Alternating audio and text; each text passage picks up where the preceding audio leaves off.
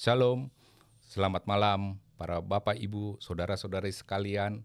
Selamat bergabung di dalam channel Majelis Pendidikan Kristen yang berkolaborasi bersama Bara Digital Ministry. Pada malam hari ini, saya Denny Widya CBC ditemani oleh Pak Handoko Ngadiman dan Ibu Christine.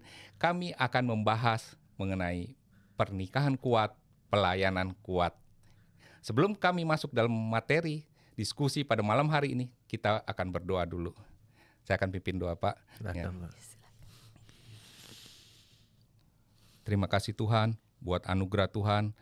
Kalau pada hari ini kami bisa berkumpul dan berdiskusi mengenai pelayanan kuat dan pernikahan kuat, keluarga yang kuat. Kami percaya campur tangan Tuhan dalam setiap apapun yang kami lakukan, itu jadi kekuatan bagi kami. Terima kasih Tuhan, Tuhan berkati pada acara pada malam hari ini, dari sound system, dari semua tempat Tuhan yang peliharakan semua. Semuanya hanya bagi kemuliaan nama Tuhan. Kami serahkan semuanya hanya di dalam nama Tuhan Yesus. Amin. Amin. Pak Handoko nih, sebelum kita masuk Pak ya, silakan Bapak memperkenalkan diri dulu. Bapak nih kan ini ya banyak berkecimpung di NGO ya Pak ya. Iya, lembaga swadaya masyarakat. Wah, ya. Dan Ibu juga membantu Bu. Iya, saya dulu seorang guru, Iya. tetapi sejak 2019 karena pekerjaan Pak Handoko, saya ikut menemani beliau ke Bandung. Jadi kami tinggal di luar kota. Sampai akhirnya kami kembali lagi ke Jakarta. Oh, background emang dari pendidikan ya. Ya, betul. Menikah seorang guru, Pak. Ya, luar biasa Pak. Pak, kita kan akan masuk di tema pelayanan kuat dan pernikahan kuat ya. Ini di program nih Task Force Doa dan Konseling para penonton semua. Pak, bagaimana Bapak bisa bercerita seseorang ya, dia bisa memiliki pelayanan yang kuat dan pernikahannya atau keluarganya pun kuat atau berhasil, Pak. Baik. Dasar apa yang bisa membuat itu terjadi, Pak? Baik, wah ini pertanyaan yang menarik, Pak ya. Kami mungkin kita ngobrol berdasarkan apa yang kami alami, Betul. apa yang kami amati, dan juga kami lakukan konseling kepada keluarga-keluarga. Pertama mungkin kita harus samakan dulu satu pemahaman. Sebenarnya kalau kita urut, kan tadi judulnya kan pelayanan yang kuat, baru keluarga yang kuat ya. Tapi kita coba ini dulu. Kami percaya sebagai suami istri bahwa yang pertama itu Tuhan. Ya. Yang kedua itu adalah keluarga. Ketiga barulah pekerjaan, pelayanan dan lain-lain. Bukan bahwa pelayanan itu tidak penting. Pelayanan itu sangat penting karena itu respon kita terhadap panggilan Tuhan. Yeah. Yeah. Tetapi persoalannya kalau keluarga kita hancur, pelayanan pasti berantakan itu. Yeah. Makanya Derek Prince pernah mengatakan begini, engkau bisa berhasil dimanapun, mungkin di public sphere, di daerah publik, kemudian di pekerjaan, karir, dan lain-lain, termasuk pelayanan. Yeah. Tapi kalau keluargamu tidak berhasil, maksudnya dia sebagai kepala keluarga atau sebagai suami istri, di keluarganya gagal, semua itu tidak ada gunanya. Jadi penting sekali itu kita harus, menurut saya kami sepakati sebagai keluarga. Ya, menetapkan prioritas itu ya Pak ya. Betul. Pertama itu betul. Tuhan, kedua itu keluarga. Iya. Pelayanan itu baru prioritas ketiga sebenarnya ya. Iya, Tapi gampang nggak, Pak? betul. Wah, belum tentu. Belum tentu. Iya. Ya, seringkali orang menempatkan pelayanan malah yang di pertama ya, Iya. dibandingkan Tuhan. Dia pikir dengan melayani dia sudah melayani Tuhan. Iya. Padahal belum tentu gitu kan. Karena kalimat tambahan gini, Pak. Mm, Kalau saya melayani Tuhan, iya. Tuhan akan menjaga keluarga saya. Nah, itu ya. Ya, tapi saya percaya Tuhan menjaga keluarga kita. Mm-mm. Tetapi yang disebut bahwa melayani Tuhan itu kan salah satu bicara juga investasi waktu. Betul. Iya. Nah, itu jadi suatu tantangan tersendiri. Iya. Nah, kalau dari Ibu, Bu, bagaimana dari seorang istri ya menjaga keluarga ini tetap kuat sehingga bisa mendukung pelayanan Bapak tetap kuat juga. Iya. dari sudut pandang seorang istri ya Bu ya. Kan Betul, kadang-kadang betul. gini, ada istri juga banyak yang mengeluh Pak. Kadang-kadang. Iya. Jadi yang pertama adalah pernikahan. Konsep tentang pernikahan itu antara sebelum mereka masuk dalam pernikahan antara laki-laki dan perempuan itu harus sama, Iya. punya konsep yang sama. Dan kita di dalam pernikahan Kristen, kitab ini percaya bahwa Tuhan itu menyatukan untuk satu tujuan. Jadi di dalam pernikahan, di dalam Tuhan harus memiliki visi. Tujuan pernikahan ini apa? Bukan kita bergulir, tetapi ada maksud Tuhan dengan sebuah pernikahan. Kalau saya membayangkan gini, seorang pribadi laki-laki yang diciptakan menurut gambar dan rupa Allah yang spesial ini bertemu dengan wanita yang juga diciptakan menurut gambar dan rupa Allah, pribadi yang spesial, yang berharga, disatukan oleh Tuhan. Jadi itu luar biasa banget gitu. Itu konsep yang buat saya, wah benar-benar pernikahan itu punya kuasa begitu. Dan ada visi Tuhan. Nah karena ada visi Tuhan di situ, makanya kita harus menemukan itu dulu bersama-sama. Mungkin itu bukan sesuatu yang di luar angan-angan atau seperti apa, tapi kita menjalani dengan satu tujuan bahwa paling dasar adalah apa? Tujuannya untuk memuliakan Tuhan. Oke, visi udah sama. Kemudian dari pernikahan ini apa yang menjadi prioritas? Prioritas yang pertama adalah Tuhan. Yang kedua adalah keluarga. Jadi suami dan istri bersinergi, istilahnya ya, bersinergi untuk bisa saling mendukung, memuliakan Tuhan pertama di dalam keluarga, kedua melalui pelayanan. Jadi poinnya itu, karena prinsip itu, makanya kalau misalnya pada waktu itu ya, Handoko melayani di bagian mana, saya melayani di mana, tapi kami saling mendukung. Mendukungnya adalah apa? Komunikasi satu sama lain. Kemudian kami memberitahukan kepada anak kami. Kami punya satu anak, kami beritahukan misalnya kalau kami harus pelayanan keluar kota bersama-sama, kami pasti kasih tahu. Kami akan pergi, papa sama mama pergi. Untuk apa, pulangnya kapan. Dan sepanjang itu ya kami bersyukur karena ada teknologi yang memungkinkan kami untuk bisa menginformasikan dia, komunikasi, tetap tanya misal waktu dia masih kecil ya, tanya gimana pekerjaan rumahnya, gimana hari ini di sekolah dan sebagainya. Ada satu Pak Denny yang kalau boleh saya tambahkan. Jadi waktu istri saya Christine bilang bahwa itu adalah ada satu bersama-sama sebagai suami istri. Itu dasarnya kan kita berdua disatukan Tuhan. Kita sebutnya dua menjadi satu. Two equal one. Jadi dia ada bagian saya ada bagian dia. Memang saya sebagai kepala keluarga, dia penolong yang sepadan. Tetapi berdua ini ngomongnya kita gampang Pak ya. Berdua. Tapi kalau kita ada tambah satu kata Pak, bersepakat. Berdua bersama-sama. Itu sesuatu persoalan yang berbeda. Nah termasuk di dalam panggilan, pelayanan. Kedua adalah prioritas pelayanan. Jadi mungkin untuk lebih jelas bahwa pelayanan itu bisa jadi saya melayani di bidang saya. Istri melayani di bidang dia. Tetapi kami juga belajar melihat ada pelayanan di mana Tuhan izinkan atau Tuhan taruh untuk kami bersama-sama. Kami melakukan pelayanan disebut pelayanan pemberitaan keluarga. Untuk pernikahan dan juga tentang parenting, pola asuh anak. Itu kami berdua. Tapi ada beberapa pelayanan saya sendiri. Ada pelayanan Christine sendiri. Nah mungkin begitu gambarannya. Nah Pak, sekarang kan Bapak dan Ibu banyak pelayanan di dunia pendidikan nih Pak ya.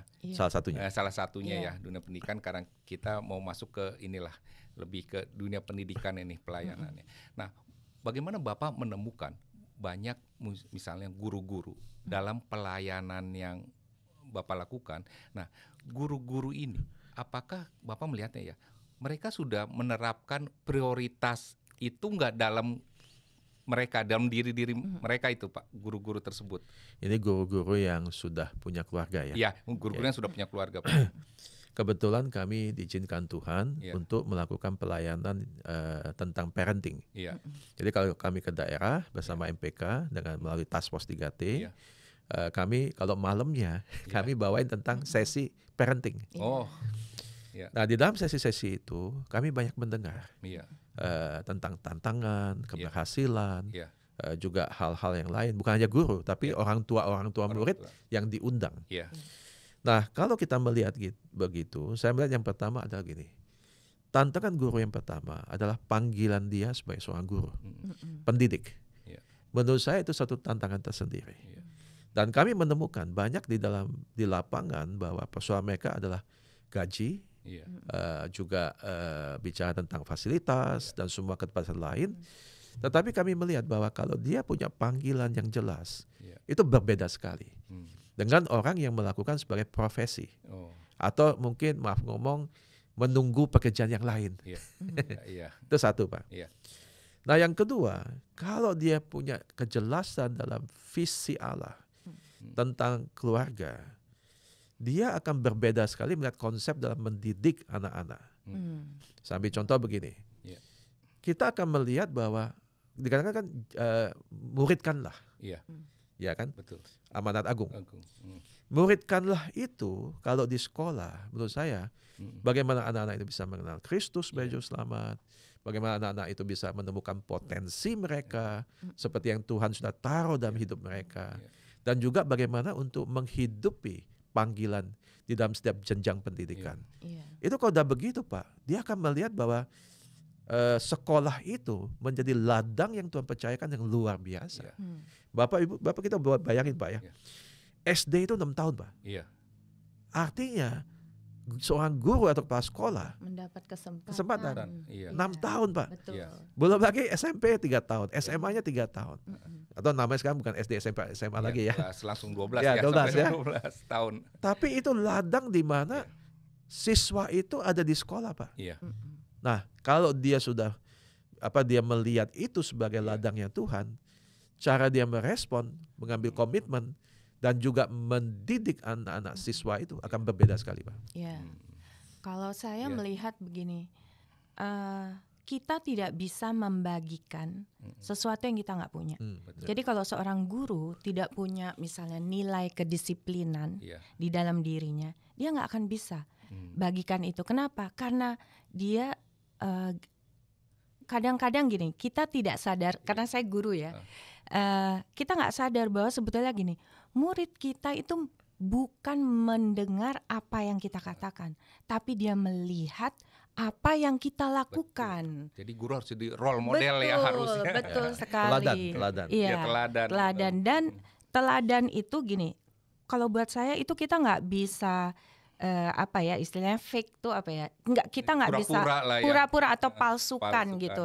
Kalau kita menjadi pribadi yang sama, dibilang one man person, Iya. jadi dibilang otentik ya, Iya. di rumah sama dengan dimanapun kita berada, itu yang akan menolong kita sebagai guru untuk bisa yang pertama tetap memuridkan keluarga kita sendiri Iya. dan memuridkan siswa-siswa di sekolah. Iya. Jadi menurut saya value atau nilai hidup itu harus kita miliki dulu, Iya. baru kita bisa bagikan. Iya. Betul sekali.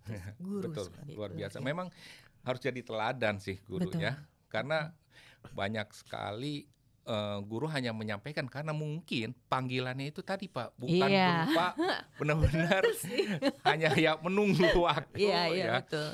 untuk sebagai batu loncatan. Tapi kita paham sekali, Iya. Pak, menghadapi siswa itu tidak gampang. Tidak Iya. gampang betul Ya. ya. Apalagi zaman sekarang Pak ya. Benar, sekarang tuh gurunya kan jadi takut juga. Betul.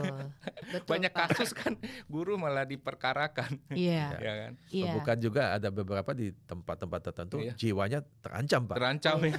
Nah, karena Iya, iya. itu kenapa Tuhan memanggil banyak orang termasuk kami Iya. untuk melakukan parenting. Iya. Sesi parenting bukan hanya dengan guru, tapi yang terutama dengan orang tua.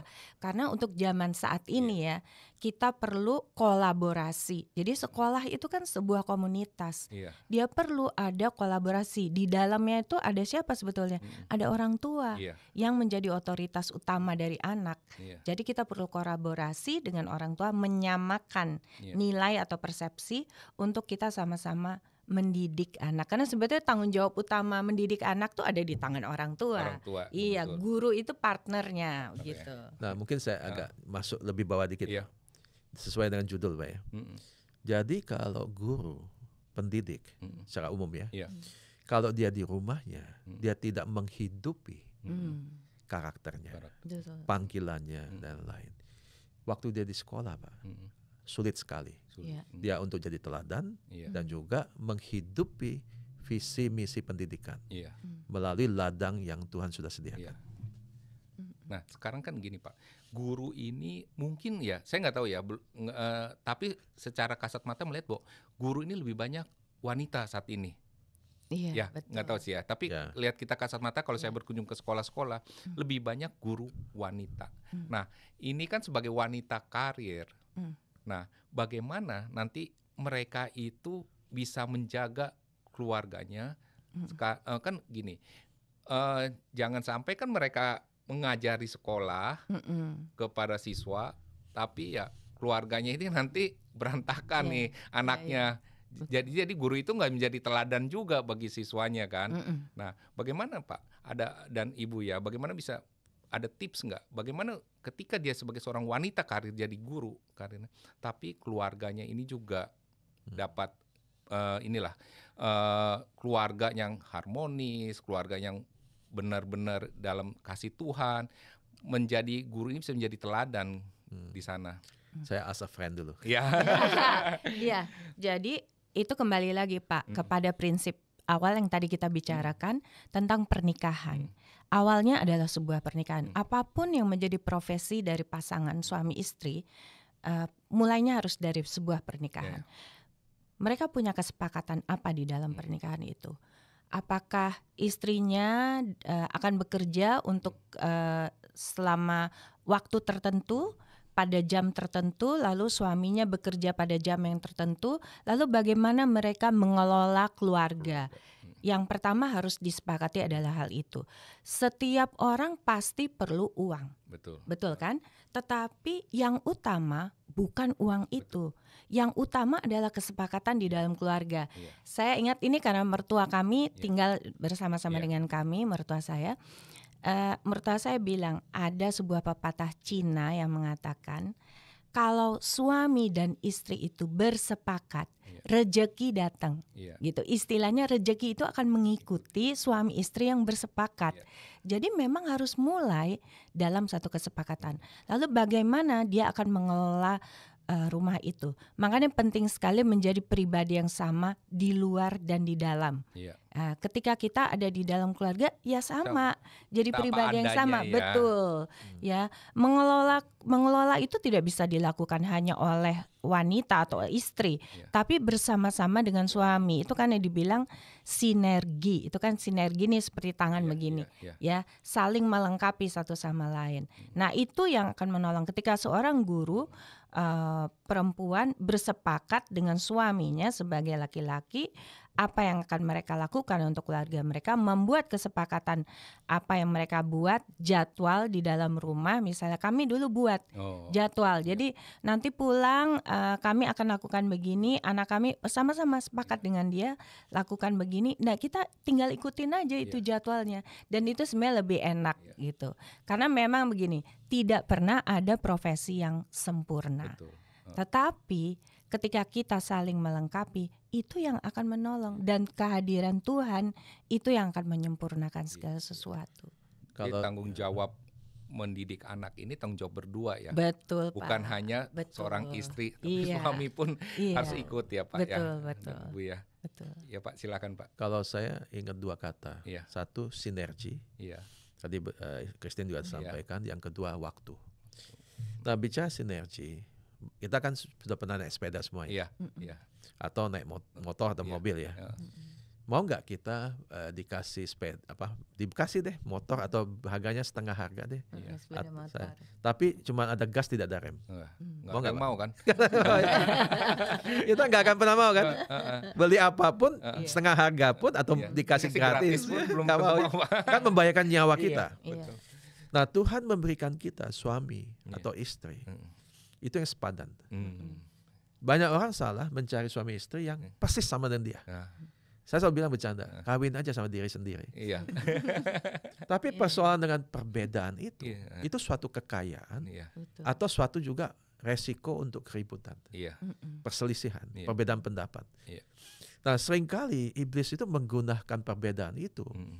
menjadi sesuatu yang mengacaukan rumah tangga. Iya. Bukan memperkaya dan menghasilkan sesuatu yang lebih. Iya. Sinergi saya percaya itu kan kalau sepeda itu ada yang gerigi yang besar Pak, Gerigi, sama yang kecil. yang kecil, ya. Itu besar sama kecil gunanya sama. Iya. Tapi ada rantai Iya. yang menyatukan. Iya. Tuhan yang menyatukan sehingga gerigi besar tidak bisa berkata dengan gerigi kecil. Iya. Yo, itu terlalu cepat gitu. Iya, iya. Yang kecil nggak bisa lebih besar, terlalu lambat kamu. Iya. Tapi dua itu menghasilkan sinergi yang luar biasa. Iya. Saya tanpa Christine, Iya. saya tidak bisa mencapai yang Tuhan percayakan sampai hari ini. Mm. Dia tanpa saya juga sama. Iya. Sambil contoh, tadi misalnya di dalam dunia pendidikan istri saya guru. Iya. Nah, kalau istri saya pulang terlambat, Iya. dia ada misalnya bukan hanya siswa, Iya. tetapi problem orang tua yang Iya. datang. Iya. Jadi ada persoalan juga kan? Betul. Iya. Kalau kita bilang ke siswa, problem yang paling besar salah satunya adalah yang terjadi sama anak. Itu karena orang tua. Mm. Tapi orang tua selalu bilang, anak. Salah yang anak gitu loh. Iya, iya. Padahal kalau kita lihat ujungnya apa? Orang tua. Iya. Jadi saya harus memahami, itu profesi istri saya. Iya. Dan waktu kita tidur, kita ngobrol, saya juga harus memahami, mendengar. Jadi saya tahu, oh ini anak ini, anak ini, anak ini, anak ini. Iya. Jadi kita bisa saling mendoakan. Iya. Nah yang kedua, waktu. Mm. Saya ingin mengatakan, waktu adalah, kalau sama dengan ya, time equal love. Iya. Waktu sama dengan kasih. Iya. Jadi kalau saya mengasihi dia, Mm. saya harus punya waktu sama dia. Iya. Kalau dia mengasihi saya, dia harus punya waktu. Iya. Tapi problem kita waktu 24 jam. Iya. Itulah yang disebut prioritas. Mm. Jadi 24 jam, berapa banyak waktu saya sediakan buat istri. Iya. Iya. Istri berikan buat saya. Sambil contoh begini. Dulu kami kan di Jakarta. Iya. Jakarta sulit Pak.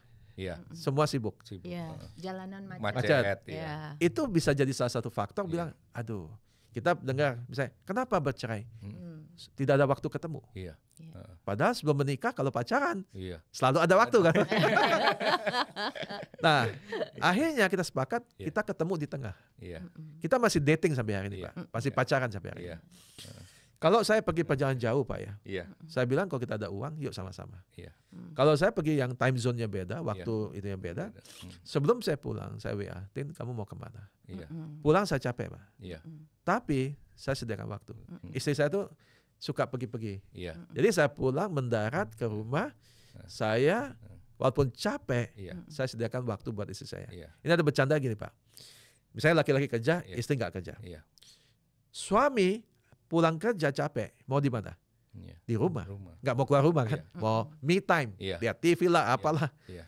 Istri di rumah seharian sama anak, dia butuh apa? Oh. Dia butuh keluar. Refreshing katanya. Iya, betul. Jadi nggak ketemu kan Iya, Pak?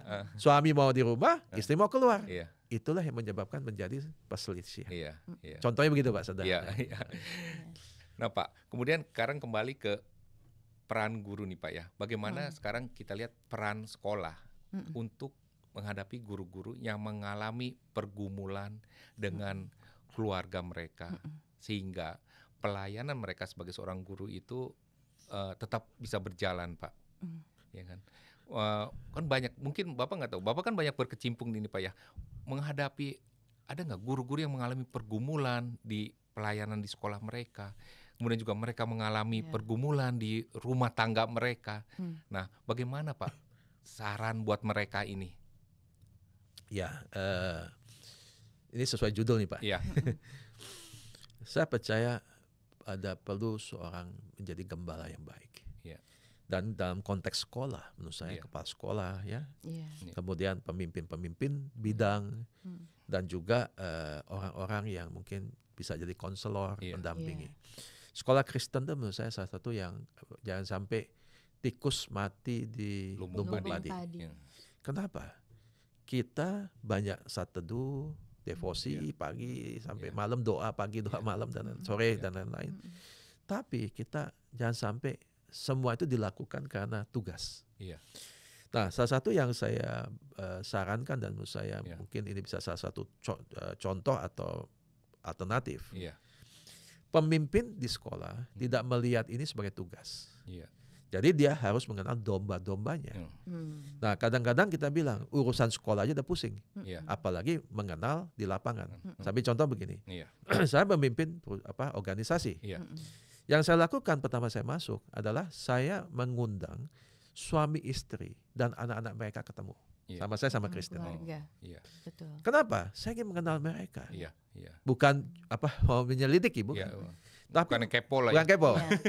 Tapi dari membangun hubungan itu saya memahami tentang keluarga Iya. mereka. Iya. Dan apa yang bisa kita lakukan. Kedua, saya biasa lakukan one on one, Pak. Oh. Jadi setiap bulan tuh 1 kali saya duduk sama yang melapor kepada saya. Iya. Nah, disitulah kita ngobrol, saya mendoakan. Itu bicara tentang apa? Satu, ada hubungan. Iya. Kedua, bicara tentang saling mempercayai. Iya. Sehingga kita itu bukan hanya urusan sekolah, Iya. tapi atau di tempat kerja, Iya. tetapi adalah lebih dari itu. Iya. Tapi saya tahu tidak gampang, karena itu butuh extra mile. Iya. Mungkin 2 itu yang menurut saya bisa kita lakukan. Iya. Ya. Dari Bu Christine bagaimana Bu untuk menyeimbangkan tanggung jawab ini ya Iya. antara profesi sebagai seorang, ya bukan jangan sebut profesi ya, panggilan lah ya, Iya, betul. sebagai orang guru dan juga sebagai keluarga di dalam keluarga. Iya. Guru juga adalah seorang manusia. Iya. Ya. Adalah satu buat saya di zaman sekarang ini bukan lagi menjadi satu saran, tapi buat saya ini menjadi, kalau saya boleh katakan, keharusan untuk sekolah menyediakan tenaga konselor. Jadi school counselor itu sangat penting. Perlu, dan school counselor itu bukan hanya untuk membantu memberikan konseling kepada siswa, tapi juga kepada guru sebagai bagian dari komunitas itu. Dan sebetulnya peran seorang kepala sekolah itu luar biasa ya. Saya bilang itu menjadi kepala sekolah itu juga adalah suatu panggilan khusus. Kenapa? Karena kepala sekolahnya cuma satu kan, gurunya banyak gitu, siswanya lebih banyak lagi kan gitu ya. Dan jadi seorang kepala sekolah ini sebetulnya dia juga berperan sebagai seorang gembala. Gitu. Jadi dia harus melihat juga, karena guru sebenarnya garda terdepannya guru kan, yang bertemu dengan murid, mengajar, yang mengenal murid secara personal itu guru. Jadi dia harus bisa melihat, kalau saya bilang tuh seperti helikopter ya, melihat dari atas apa yang terjadi. Iya, apa yang terjadi dengan guru-gurunya. Oh, ini guru ini mengalami, kelihatannya ada sesuatu, boleh dipanggil. Kemudian kalau memang ada sesuatu yang harus didalami ya, ada follow up-nya misalnya, boleh diarahkan kepada konselor sekolah begitu.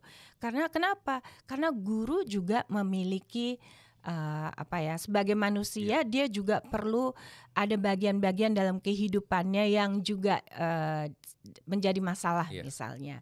Ya, karena dia juga adalah pribadi yang berkembang, dia juga punya keluarga dan sebagainya.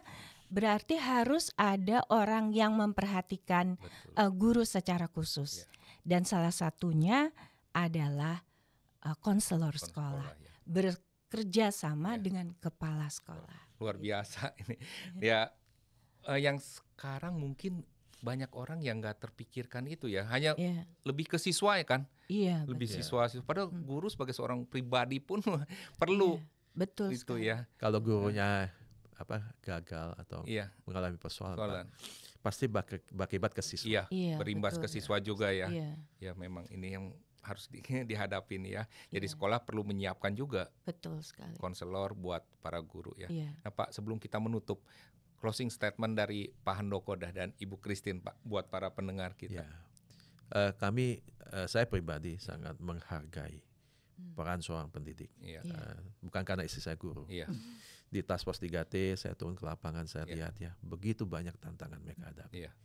Tetapi saya percaya dalam satu pernikahan, suami dan istri itu kayak segitiga, segitiga gitu ya. Suami, istri, dan ada Tuhan. Tuhan itu yang berperan aktif di dalam pernikahan. Kenapa? Banyak pihak yang kita bisa minta pertolongan. Tapi yang pertama hubungan kita sama Tuhan. Yang kedua suami istri bersama-sama.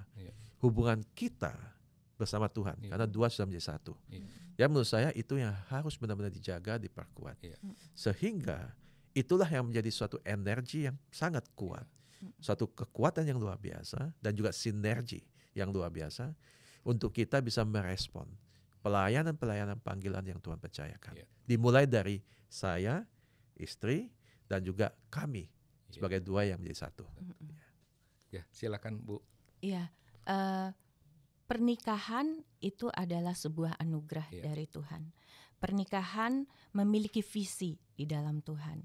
Ketika kita menempatkan prioritas yang benar di dalam kehidupan kita sebagai pribadi dan sebagai individu dua yang sudah menjadi satu di dalam pernikahan, dengan menempatkan yang pertama adalah Tuhan, yang kedua adalah keluarga, yang ketiga adalah pekerjaan dan pelayanan. Di situ karena kita sebagai orang Kristen melihat pekerjaan ini sebagai pelayanan, di situ kita akan menemukan bagaimana membuat prioritas yang benar. Iya. Karena ketika kita sudah buat prioritas yang benar dengan menomorsatukan Tuhan, keluarga, kemudian pekerjaan pelayanan, maka kita akan belajar mengetahui bagaimana kita harus mengarahkan kehidupan kita, bagaimana mengarahkan keluarga untuk berjalan dalam Tuhan, dan ini berdampak untuk pekerjaan kita dan pelayanan.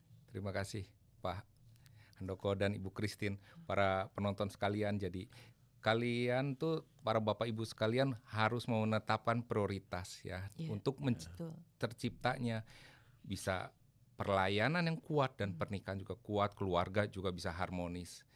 Itu pesan dari Pak Handoko dan Ibu Christine. Kita akan akhiri program dari Task Force doa dan konseling ini, dan sebelum kita akhiri, Pak Handoko akan berdoa untuk mengakhiri acara ini, Pak. Ya, mari kita berdoa dimanapun kita berada. Tuhan, Kau Allah yang berdaulat, dan kami percaya dalam pernikahan kami itu adalah panggilan Tuhan yang menyatukan kami berdua sebagai suami, kepala keluarga, dan istri penolong yang sepadan. Dan kami juga percaya di dalam dunia pendidikan, di dalam sekolah atau dimanapun Tuhan, itu adalah satu kepercayaan Tuhan berikan bagi kami semua. Oleh karena itu Tuhan, kami bawa semua para pendidik Tuhan yang ada di Indonesia dimanapun kami berada. Dan juga untuk suami-suami sebagai kepala keluarganya, istri-istri sebagai penolong yang sepadan, dan anak-anak kami yang kami kasih sedia Tuhan. Dan juga siswa-siswa yang Tuhan percayakan. Biarlah Tuhan kami bawa kepada Engkau. Karena Engkau yang empunya mereka, yaitu satu generasi yang Tuhan percayakan Tuhan. Untuk kami muridkan bersama-sama karena mandat daripada Tuhan. Tapi kami percaya Tuhan bahwa kemampuan, kasih anugerah, dan semua itu berasal daripada Tuhan.